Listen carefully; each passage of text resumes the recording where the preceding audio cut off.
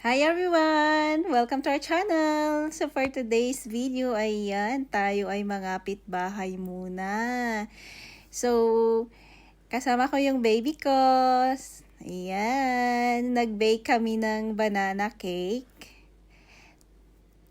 Dadalhin namin doon sa kapitbahay para magkape. So, 'di ba? Hawak-hawak ng cutie patuti na 'yan yung aming pangkape. So, ayan, kaka-bake lang namin 'yan. And of course, fresh na fresh 'yan at amoy na amoy mo ang pagka-banana bread, 'di ba? So, ito rin yung kagandahan. So, pag meron kang neighbor, 'di ba? Ayan, pwede mong puntahan. So, yung kapitbahay namin, kakapanganak lang nung mga 3 months ago. So, magti 3 months yung kanyang baby. And, ayan, kami yung pumupunta na dumadalaw sa kanya. So, ayan, pupunta kami ni Baby Arkiana sa bahay ng aming kapitbahay. So, that's for our banana bread.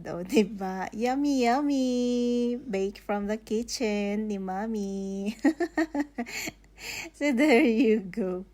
So, nag-YouTube lang ako kanina. At yan, nag-follow lang ng instruction kung paano mag-bake ng banana bread. So, ayan, ganyan siya. Diba? Kung maka-follow lang instruction,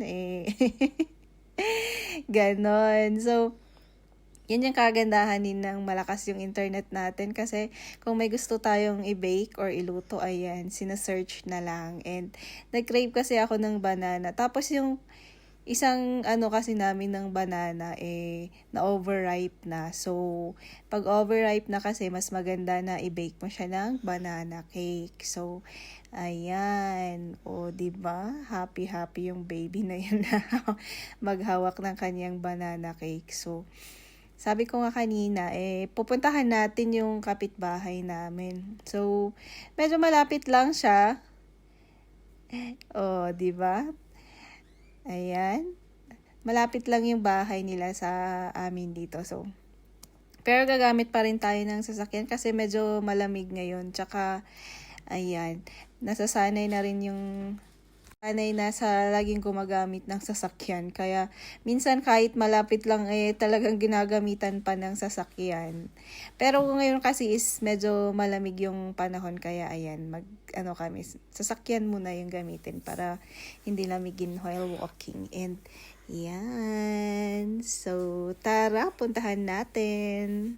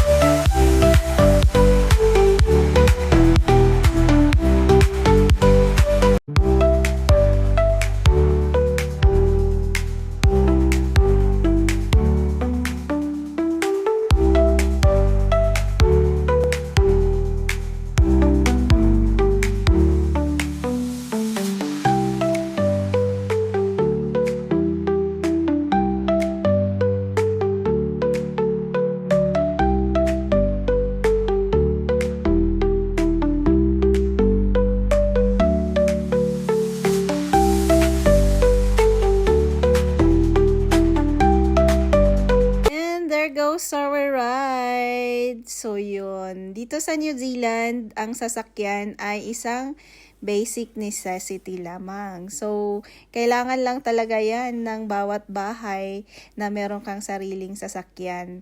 Kasi lalo dito sa amin, dito sa may hindi malapit sa city, wala kaming taxi, wala kaming jeep, or wala kaming bus. So, ang kailangan namin talaga is sariling sasakyan para mapunta sa lahat ng gusto naming puntahan, yung mga places na gustong puntahan. So, ayan.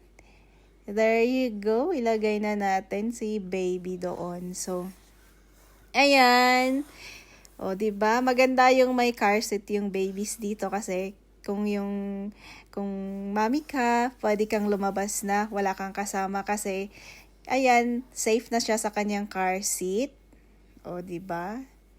So, yun yung kagandahan ng may car seat dito. So, pwede kang mag-drive yung mommy at pwede kayong pumuntang dalawa sa gusto nyong puntahan. Kasi hindi mo siya kailangang kanlungin eh. Yun yung kagandahan din ng car seat. Kaya, very nice din sa mga babies. And, chine-check din talaga ito dito kasi kailangan dapat na yung babies dito eh naka-car seat talaga for their own safety. So, yan.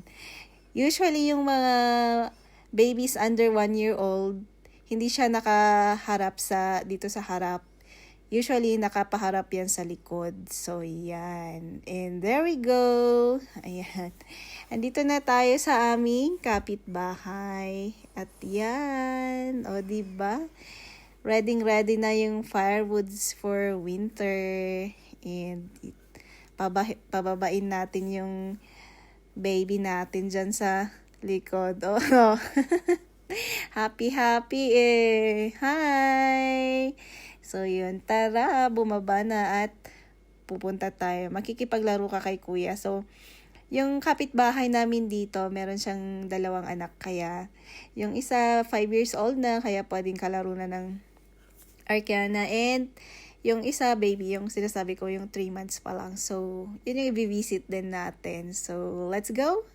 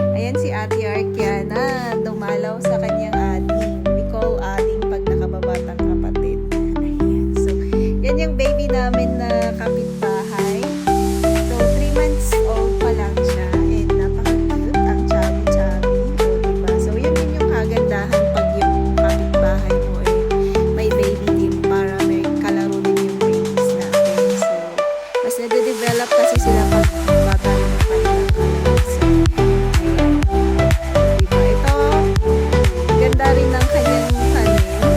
So, yan is ampalaya. Nagtanim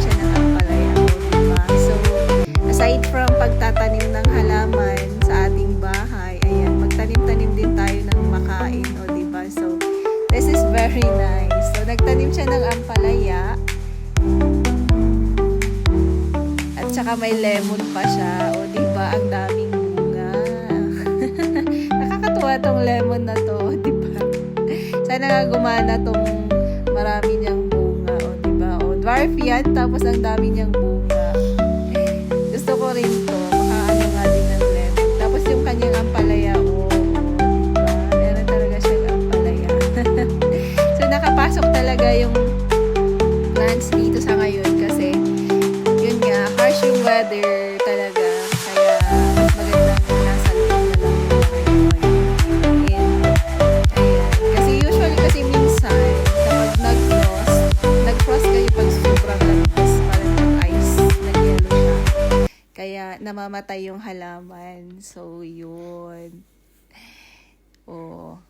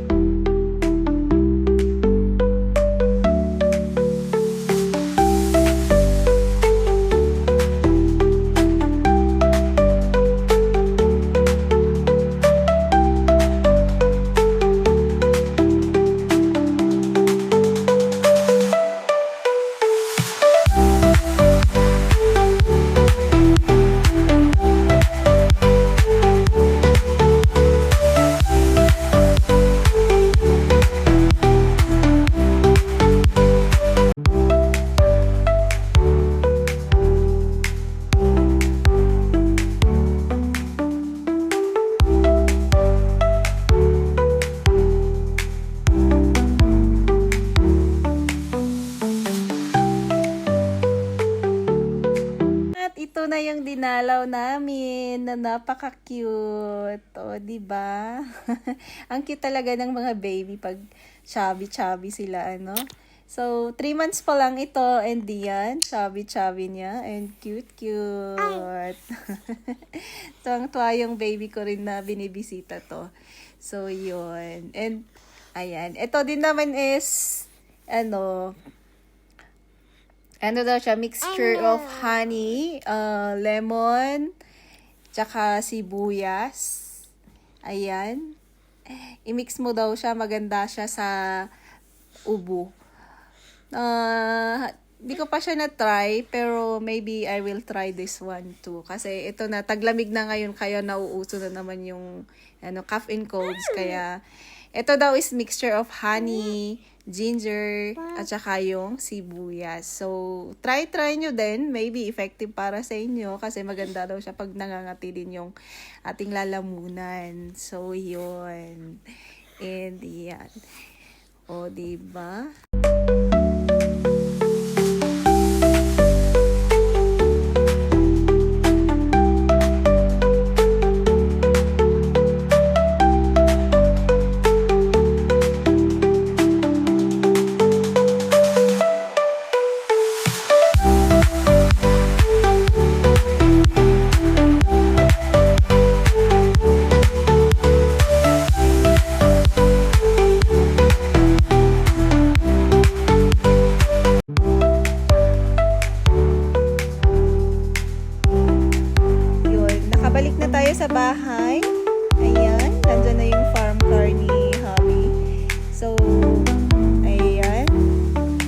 pa namin naayos yung aming firewoods, but iaayos na yan kasi yun nga, malapit na talaga yung taglamig. So, ayan. Pero, kukunin muna natin yung eggs at saka magpakain ng chicken. Kasi, may nag-message sa akin yung isang kapitbahay namin na nag-order siya ng 2 tray. So, kumpletuhin natin yung 2 tray na yon and ibenta natin. So, ayun. Let's see the chicken. So, this is their humble chicken coop. Ayan. So, DIY lang ito. So, actually, ginawa lang din ito ng asawa ko. So, ayan. O, diba? So, meron silang place na makapaglaro tsaka dun sa may place na makapangitlog. So, ayan. Ang taba ng mga chicken. O, diba? Happy-happy na sila kasi maganda yung weather ngayon. Meron ng sunlight. Kasi, nung nung kahapon, medyo foggy. Tsaka, walang sunlight. Makulimlim and gloomy kahapon. So, today, ayan. May sunlight na. Pero, malamig pa rin. So, ayan. So, ito yung kanilang kinakain.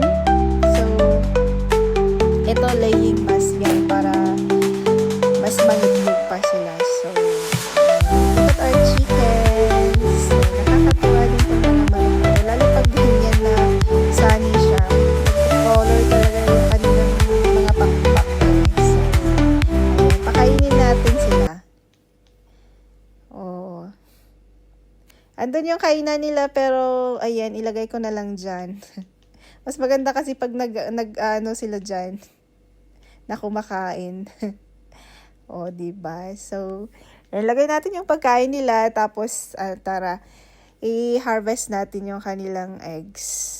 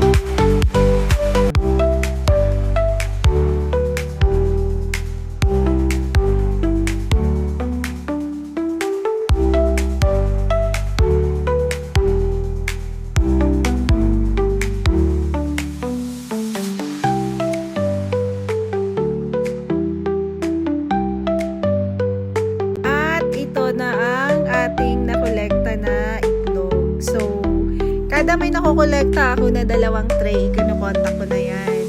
So, ang kanina, nag-message sa akin yung isa na bibili daw siya ng 2 tray. So, ayan. Ready na yung 2 tray. So, binibenta ko nga yan ng $15 na isang tray. So, 2 trays, $30. Ayan. So, more than 1K pa rin yan. 1,000 pesos. More than 1,000 pesos sa kada 3 days natin. So, ayan. Kompletuhin din natin ito kasi meron ding isa na nag-order din ng 2. So, pag-kumpleto ulit tayo ng 2 tray. So, ayan. Hindi ko siya pinapatagal dito kasi gusto rin nila ng fresh eggs. So, pag meron, kinukontak ko at kinukuha agad yan. So, pinipick up dito sa bahay. So, yun yung kagandahan nun.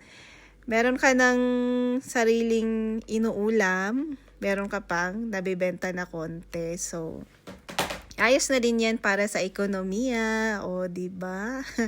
So, this is our fresh eggs. Fresh from the farm. O, diba? Nakakatuwa. So, hindi yan hinuhugasan. Hugasan mo na lang pag iluluto mo na kasi mas na-preserve yung itlog pag hindi mo siya hinugasan. So, ganyan na muna siya. Keep it dry.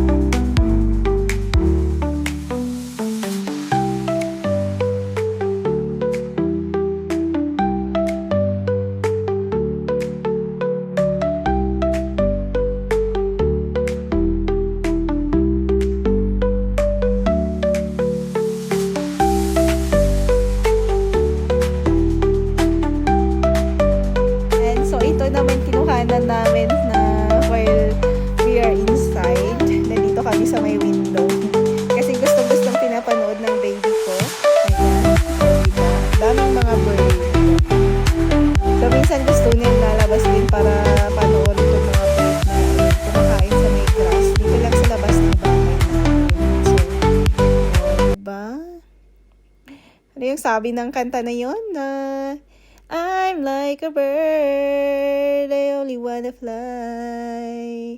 I don't know where my soul is. Charis. Ayan. Maki-share din kayo sa view ng baby ko na yan na gustong-gustong pinapanood yung mga birds dyan. O, di ba? So, yan yung mga birds.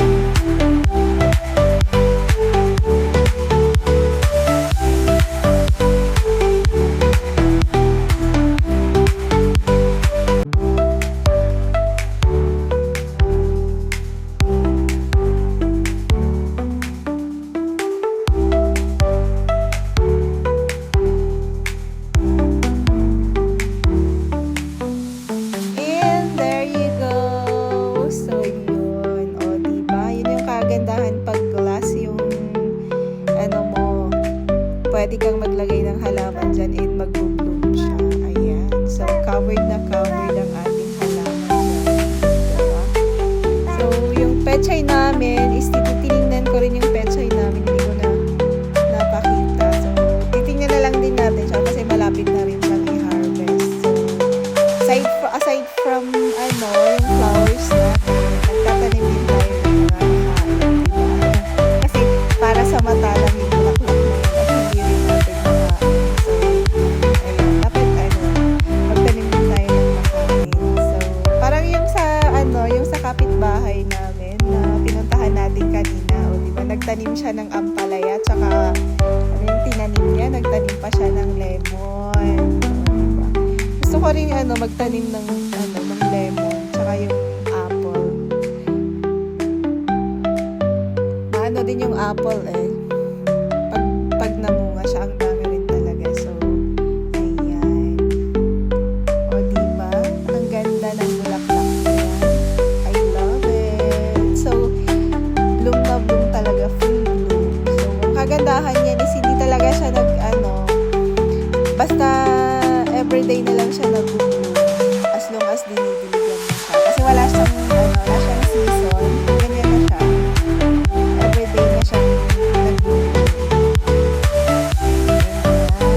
So, muna tayo. Magpainit muna tayo sa aming fireplace na yan. Kasi medyo malamig yung panahon, nag-i-start ng lumalamig-lamig na. Lalo na pag morning, malamig na. Pero kasi ang dito, malamig na talaga yung panahon dito sa New Zealand. Pero hindi naman yung sobrang lamig. yung ano lang, malamig. Tapos, kasi malapit kasi kami sa Antarctica. Kaya yung simoy ng hangin doon na yung icy na simoy ng hangin, yun yung napupunta rin dito. Kaya malamig yung hangin kahit may araw pa. So, ayan, muna tayo para makapag-warm and ma-feel natin yung cozy. So, ayan. At magluluto na tayo mamaya.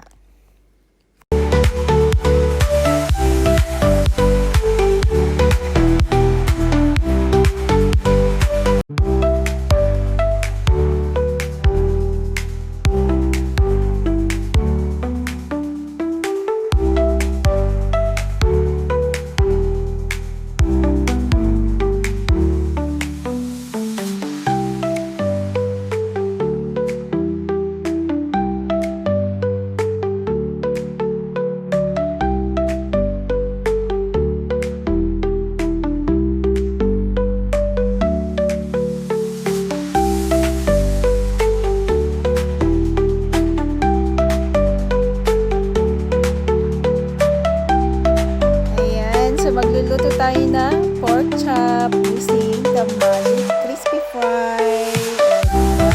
MSG is live. Okay.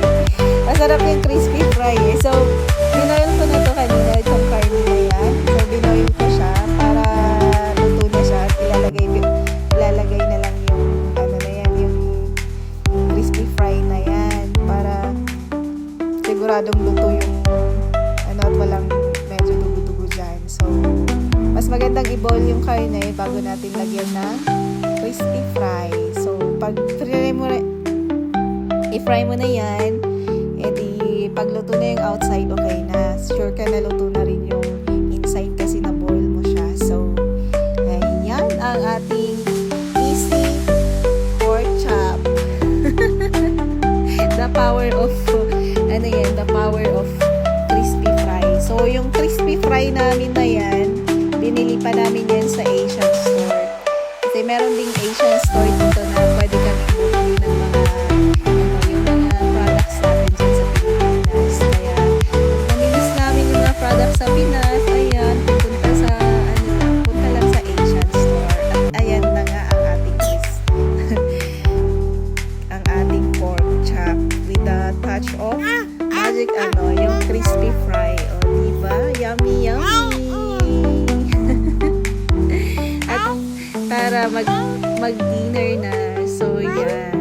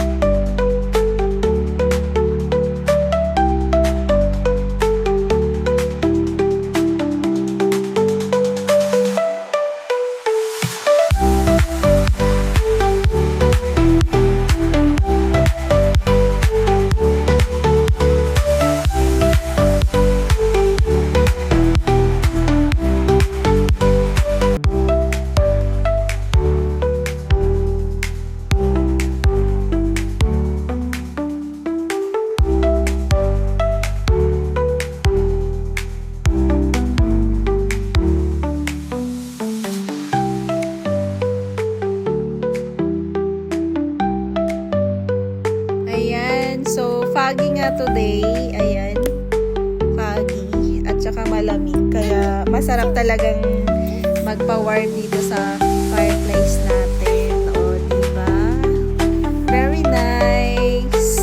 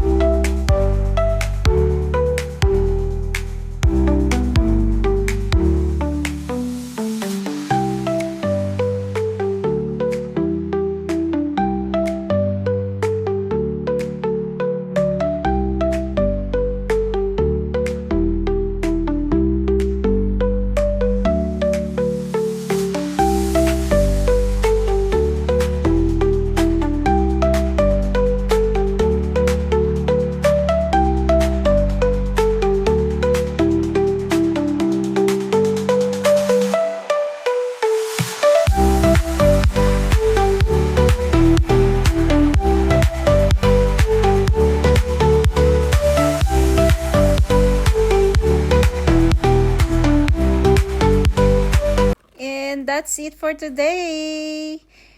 Thank you for watching and see you again on our next video. Bye-bye and have a good day.